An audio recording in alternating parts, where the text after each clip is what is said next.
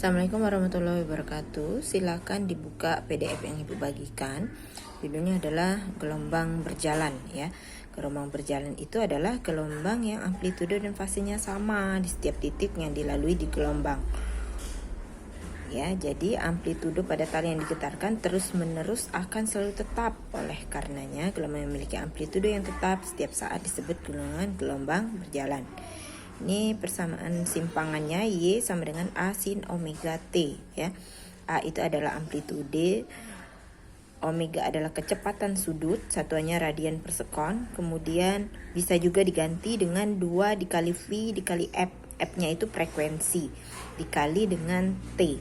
T itu adalah lamanya titik 0 setelah bergetar. Oke. Kita lanjut ini ya.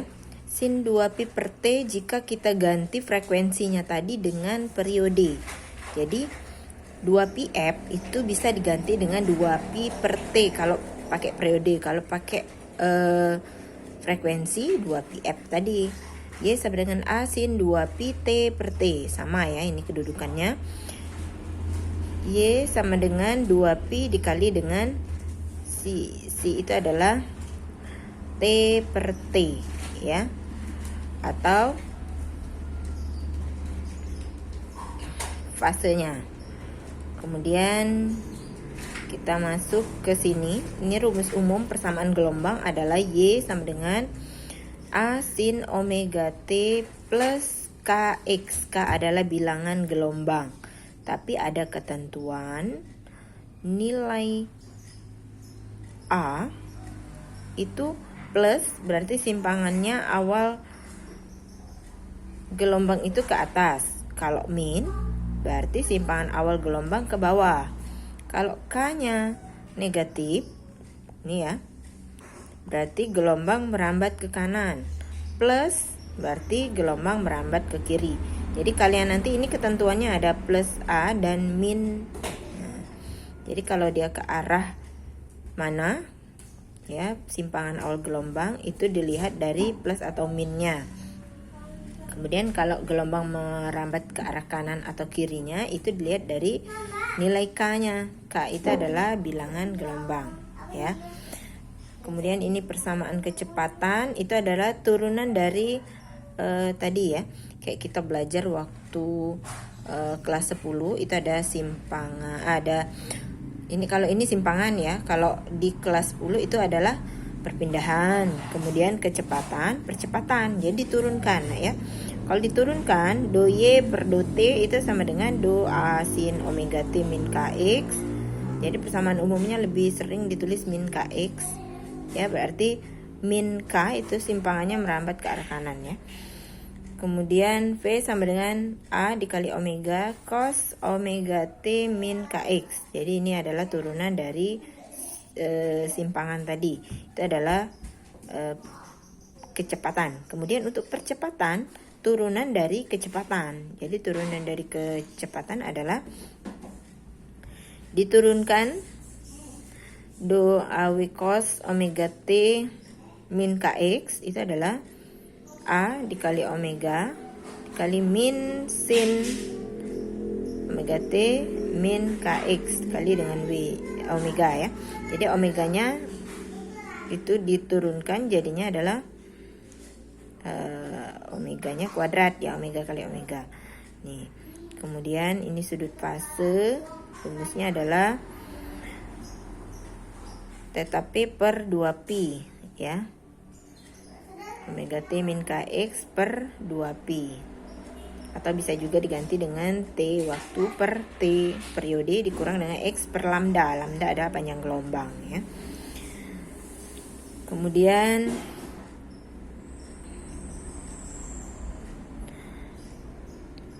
buat titik bisa memiliki fase sama dengan syarat sebagai berikut. Itu theta P-nya adalah 2pi ya, 2np atau n. N-nya itu adalah 0, 1, 2, dan 3. Fase berlawanan kalau dia 2n plus 1. Ya, bedanya.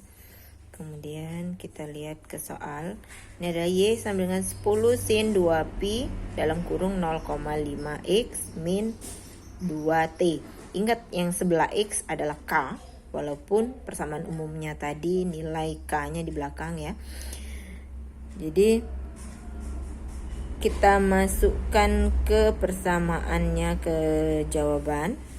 10 sin 2pi dikali 0,5. Kenapa dikali ke dalam? Karena memang ini persamaannya belum umum. 10 sin A sin omega T min KX kan. Persamaan umumnya min plus minus ya. Kita lihat 2 dikali 0,5 adalah 1, jadi tinggal pi X dikurang dengan 2pi T.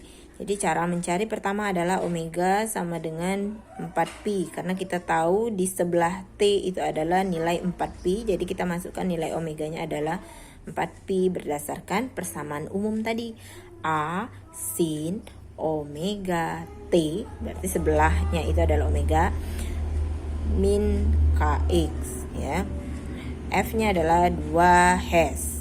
Ya, di sini tidak dituliskan bahwa dia mesti ditulis negatif, padahal di sini negatif. Kita hanya menyatakan arahnya tadi ke kanan atau ke kiri. Nah ya. Kemudian K-nya itu sama dengan pi. Jadi 2pi per lambda itu adalah rumus dari K. K itu adalah 2pi per lambda. Jadi karena nilai K-nya adalah pi, maka kita tulis pi. Jadi nilai pi sama dengan 2pi per lambda. Jadi lambda sama dengan 2pi per pi.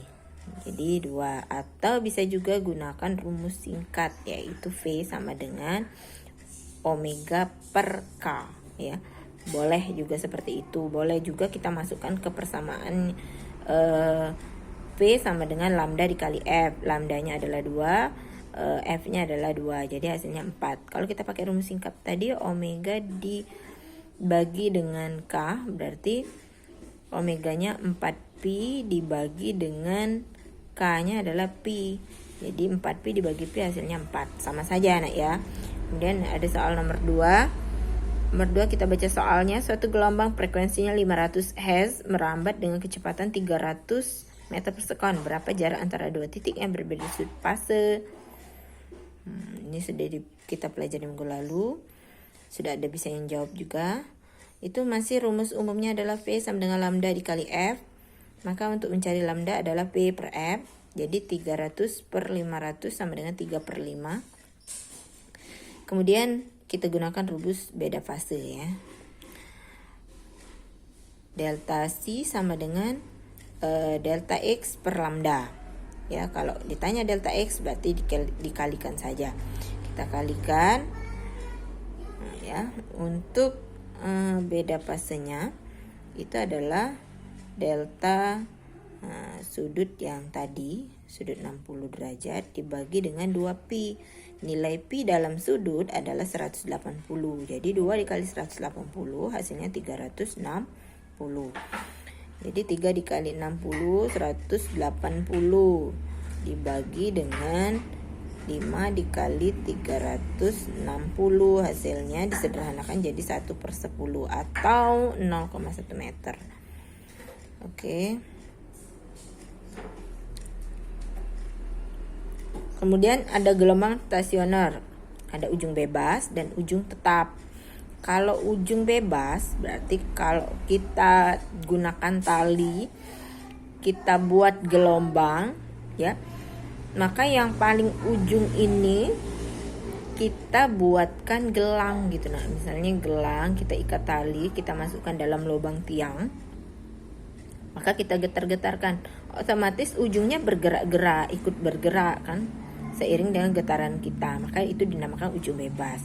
Sementara kalau ujung terikat, itu kita ikat ujungnya kencang. Jadi dia tetap di posisi itu, tidak bergerak. Ya, ujung bebas.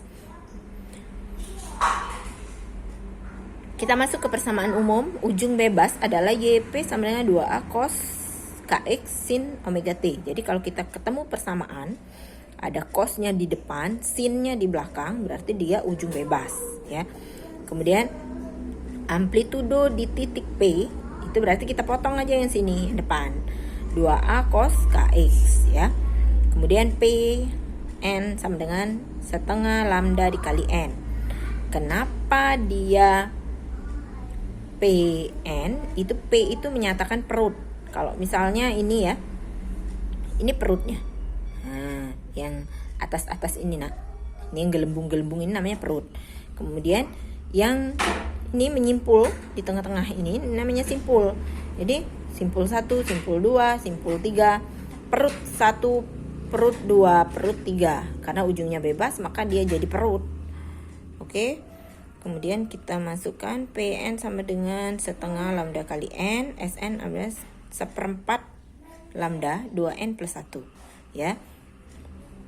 Kemudian ujung tetap seperti yang ibu katakan, kita ikat tetap. Maka rumusnya bukan cos lagi di depan tapi sin ya, 2A sin KX cos omega T. Jadi kalau ditanya A saja, sementara di situ persamaannya ada 10 sin ya. Berarti nilai A-nya saja 10 bagi 2 nak ya. Jadinya 5. Karena 2 dikali 5 hasilnya 10. Jadi sini 2 dikali A amplitudo. Jadi kalau ditanya amplitudo, kamu cari yang A-nya saja, jangan 2-nya dimasukkan juga. Jadi ini ya, ini amplitudo di titik P. Sama seperti tadi kita potong. Sampai ke sin KX ya. Kemudian untuk perut dan simpul itu berbeda dari yang tadi, kebalikan. Kalau yang tadi ini simpul, ini perut rumusnya. Kalau ini jadi ini rumus perut, ini rumus simpul ya. Kita lihat.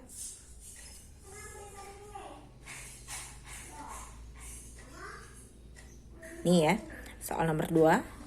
Cos 4px sin 5pt. Jadi kalau ditanya amplitudo berapa? Amplitudonya adalah 0,2 dibagi dengan 2. Hasilnya adalah 0,1. Itu amplitudo. Kemudian panjang gelombangnya. Panjang gelombang adalah KX ya. K-nya berarti di sini 4pi. K itu adalah 4pi. Jadi rumus K adalah 2pi per lambda sama dengan 4pi. 2pi dibagi dengan 4pi hasilnya adalah setengah ya, atau 0,5. Kemudian yang ditanya berikutnya adalah jarak perut dan simpul yang berdekatan. Tentukan dulu nilai N-nya.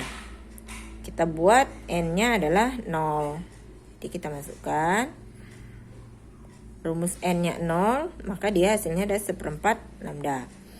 Kemudian XS min XP itu ada seperempat lambda. Jadi seperempat dikali 0,5. 0,5 adalah jaraknya tadi ya. Hasilnya ada 0,125. Jadi jarak perut dan simpul yang berdekatan adalah 0,125 atau 12,5 cm. Kemudian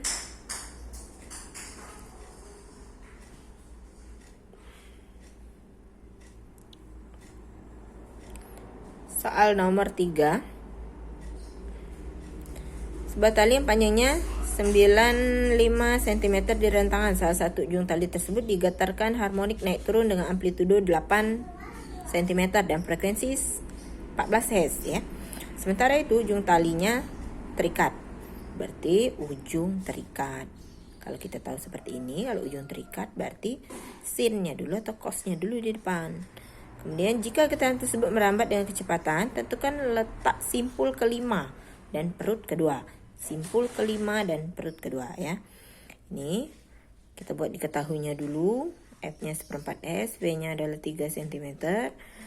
Nah, V adalah V per F adalah 3 per 4. Jadi 4 kali 3 12, 12 per 3 ya.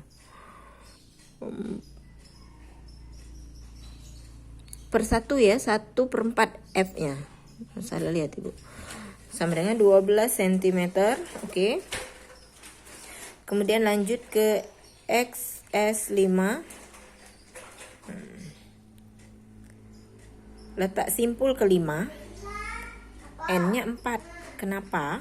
Karena rumus simpul sama perut itu N-1 nah ya. Jadi N-1 kalau dia simpul ke 5 berarti N-nya 4. Simpul ke 4 N-nya 5.